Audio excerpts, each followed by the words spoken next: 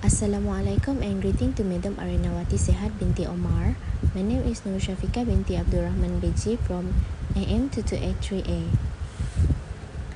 Today, I will be presenting my part, which is topic 4, workplace attitudes, emotion and stress.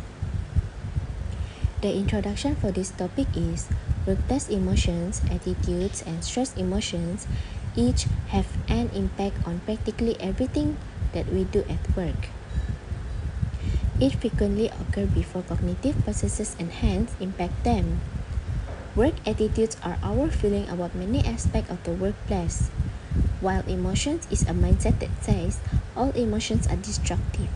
Strongly negative feelings that hinder an employee's capacity to perform their work well were the main topic of discussions. Stress is an adaptive reaction to circumstance viewed as demanding or threatening to one's well-being. In attitude and behavior, the paradigm of emotions, attitudes, and behavior shows how continuing emotional experiences creates attitudes. Therefore, profitable businesses actively produce more goods than negative emotional occurrences. In attitudes, emotions also influence attitudes. When deciding how we feel about something, we will listen in on our emotions. Emotional occurrences over time from feelings. Therefore, evaluating belief is not the only factor. Attitudes are usually stable for days or longer, and mostly based on logical reasoning. In behavior, emotion also directly affect behavior. Behavior is usually the most difficult to change, especially when it is well known to everyone, was done deliberately, and may be reversed.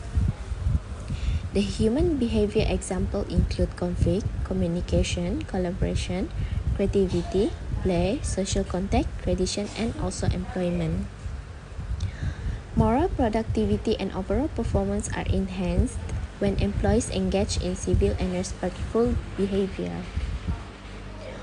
For job satisfaction is a collection of viewpoints on particular aspect of the work.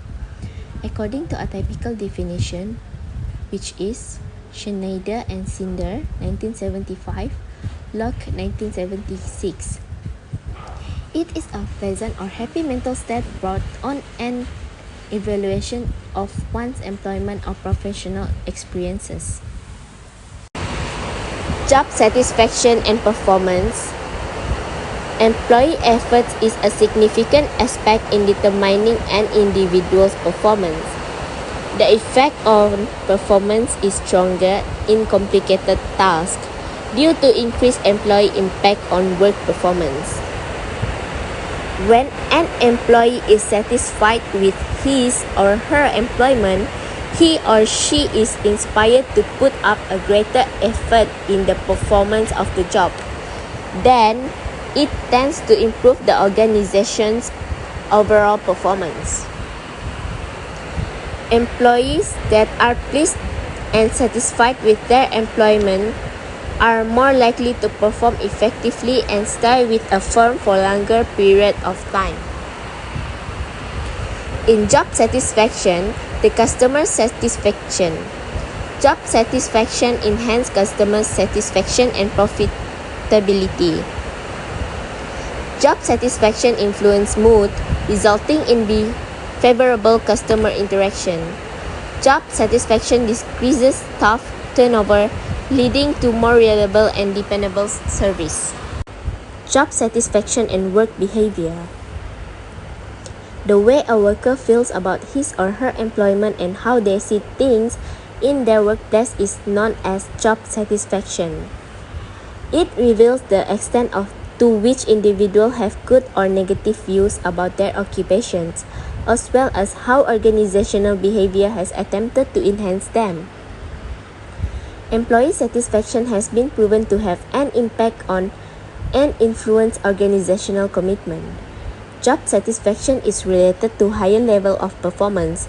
Employee satisfaction improves performance, which improves organizational output.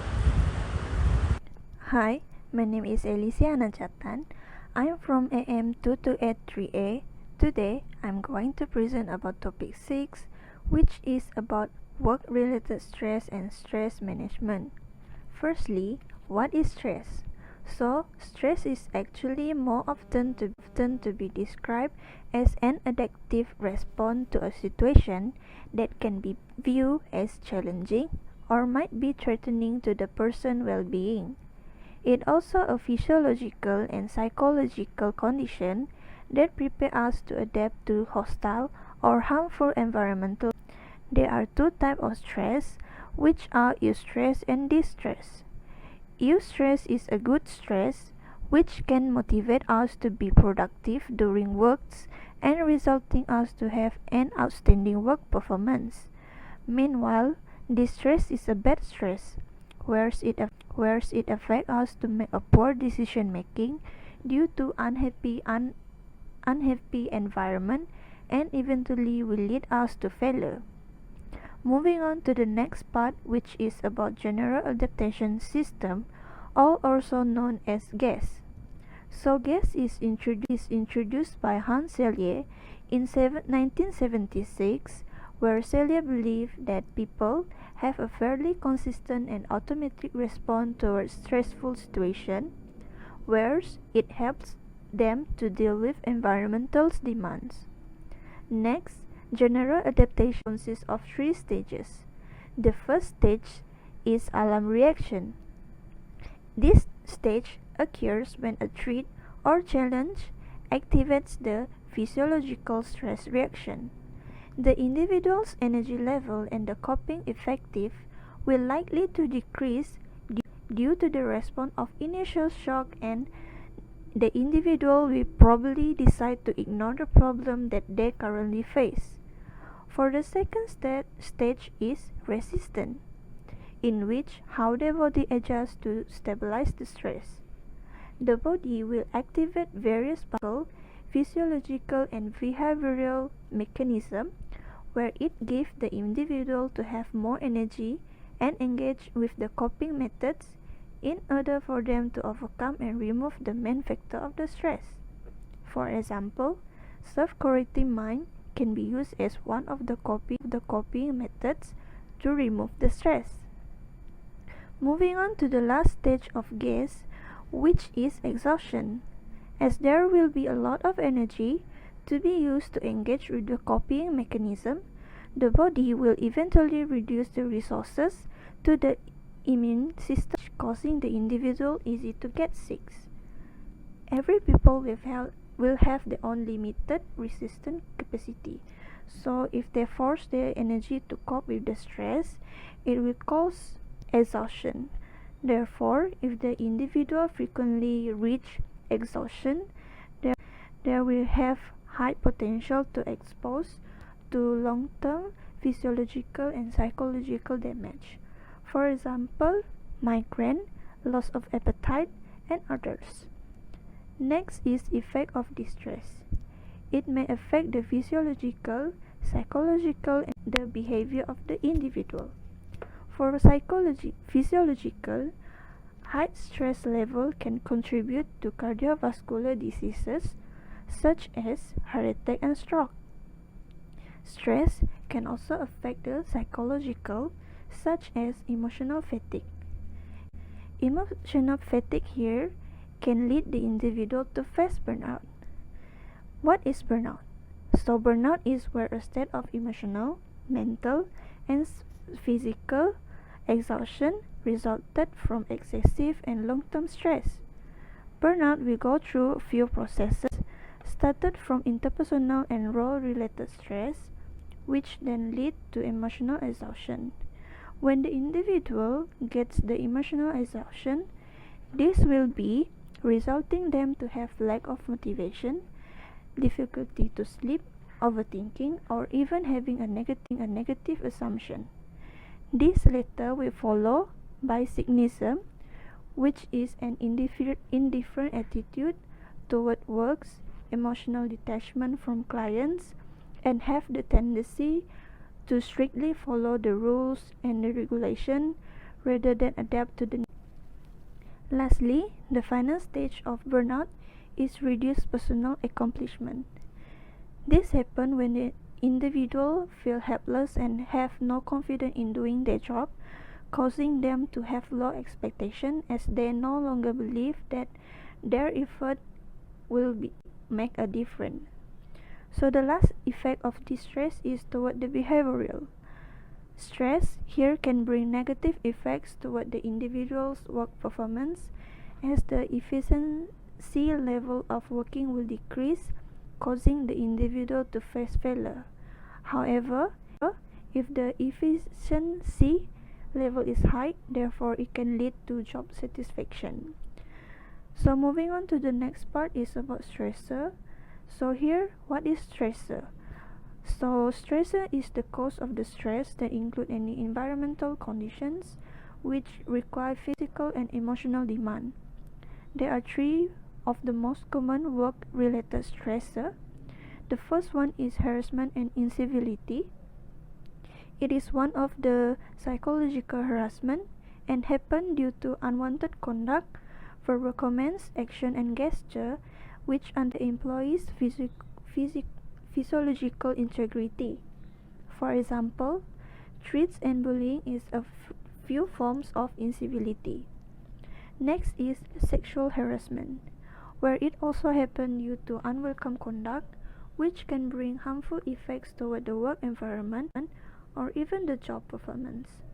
In sexual harassment, there is a term called quid pro quo harassment, where the job performance is conditional and depends on unwanted sexual relation, or the individual might experience sexual conduct from others.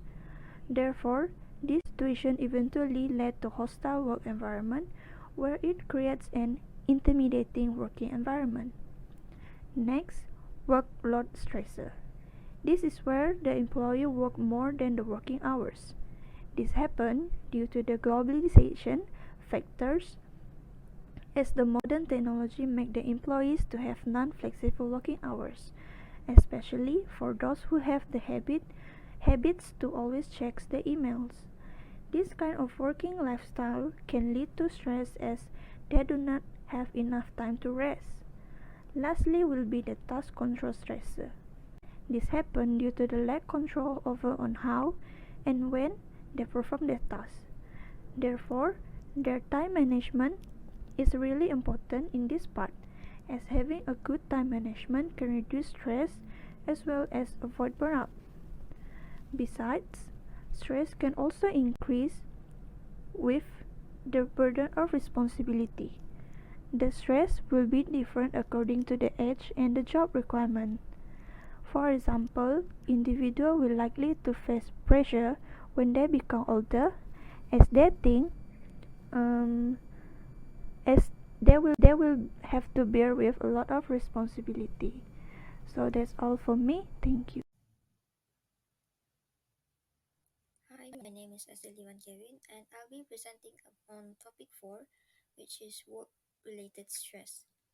First is stress and occupation. Some jobs tend to have more stress than other jobs. Some of the jobs that shows the level of stress are an accountant, which has a low stress occupation, hospital manager has a medium stress occupation, and teacher has a high stress occupation. Individual differences has two types, which is type A and type B. Type A are impatient, aggressive, and competitive.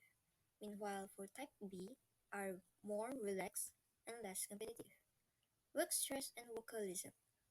Work stress and workaholism has three types, which is work addicts, enthusiastic workaholic, and work enthusiasts. Work addicts, where they got addicted in working having a low enjoyment in working. Enthusiastic workaholic is having fun with their work and have a high motivation to work. Meanwhile, for work enthusiasts, they have high work involvement and work enjoyment, but low drive to succeed. Other than that is job burnout. A unique form of work-related stress called job burnout is a state of physical or emotional tiredness That also includes a sense of diminished accomplishment and a loss of one's sense of self. Burnout is not a recognized medical term. Some specialists believe that depression and other disorders may be to blame for burnout. Last but not least is managing work-related stress. Managing work-related stress has remove the stressor, withdraw from the stressor, change stress, change stress perception, control the consequences of stress, receive social support, and work-life balance. That is all from me. Thank you. Greetings and good morning to Madam Arinawati Sehat binti Oma. My name is Anita Christina Anak Simon and I will be presenting on my parts, which is on the last chapter that we chose, that is chapter 8, communication. Firstly, let's look into the definition of communication. Communication can be defined as the process of transmitting and understanding information between two or more individuals. In fact, communication is essential during the organizing process and continues throughout the organization's life cycle. This quote is by Joanne Keaton, 2017. The next subtopic is it focuses on the significance of communication. Effective communication is vital for effective management and to improve industrial relations. The following points can illustrate the significance of communication. The first one should be coordinating work activities. Communication is an important tool for coordinating the efforts of various people at work in the organization. The second significance is the aids of decision making. The information collected through communication aids in decision making. Communication facilities access to the vital information required to take decisions. The third significance is to provide effective leadership. A communication skill brings managers near to his subordinates and exchange ideas and submits appropriate proposals, know their opinions, seek advices, and make decisions. In this way, he leads his people to accomplish the organization to its goal. Last but not least, significance of communication is to boost morale and motivation. An effective communication system instills confidence among subordinates and workers, ensuring change in their attitude and behavior. The removal of misunderstanding makes manager and his subordinates understand each other and create good industrial relations. This boosts up the morale of the people and motivates them to work harder. Next one, we look at the communication process model. What is communication process model? It is a tool where process in which participants switch roles as sender and receiver in order to build meaning by providing and receiving feedbacks in physical and psychological environment. As we can see from the model, the sender will first form message and then they will decode the message. Next, the message will be transmitted to the receiver.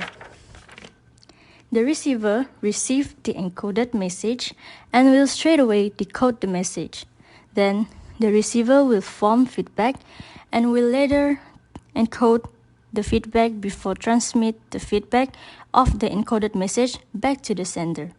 The sender then will receive the feedback and finally decode the feedback. Then the cycle will be repeated back continuously. Next subtopic is communication channel.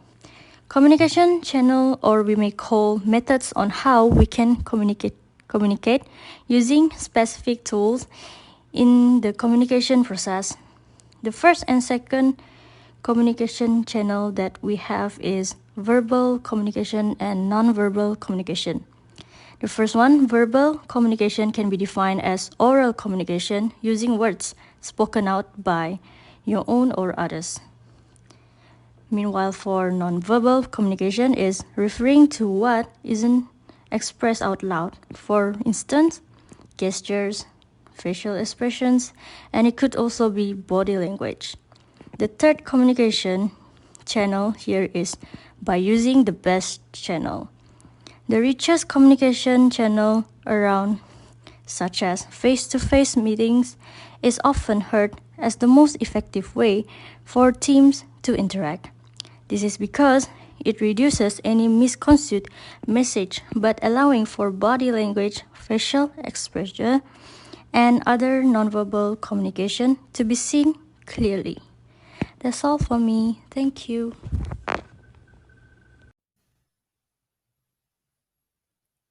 Very good morning to Madam Aranawati. My name is Estelivan Kevin. I'm from AM2283A. Today I'll be presenting about topic 8 communication. First is override media richness. The data carrying capacity of the channel must match the communication activity. Utilize the rich communication tools when the issue is unusual and unclear.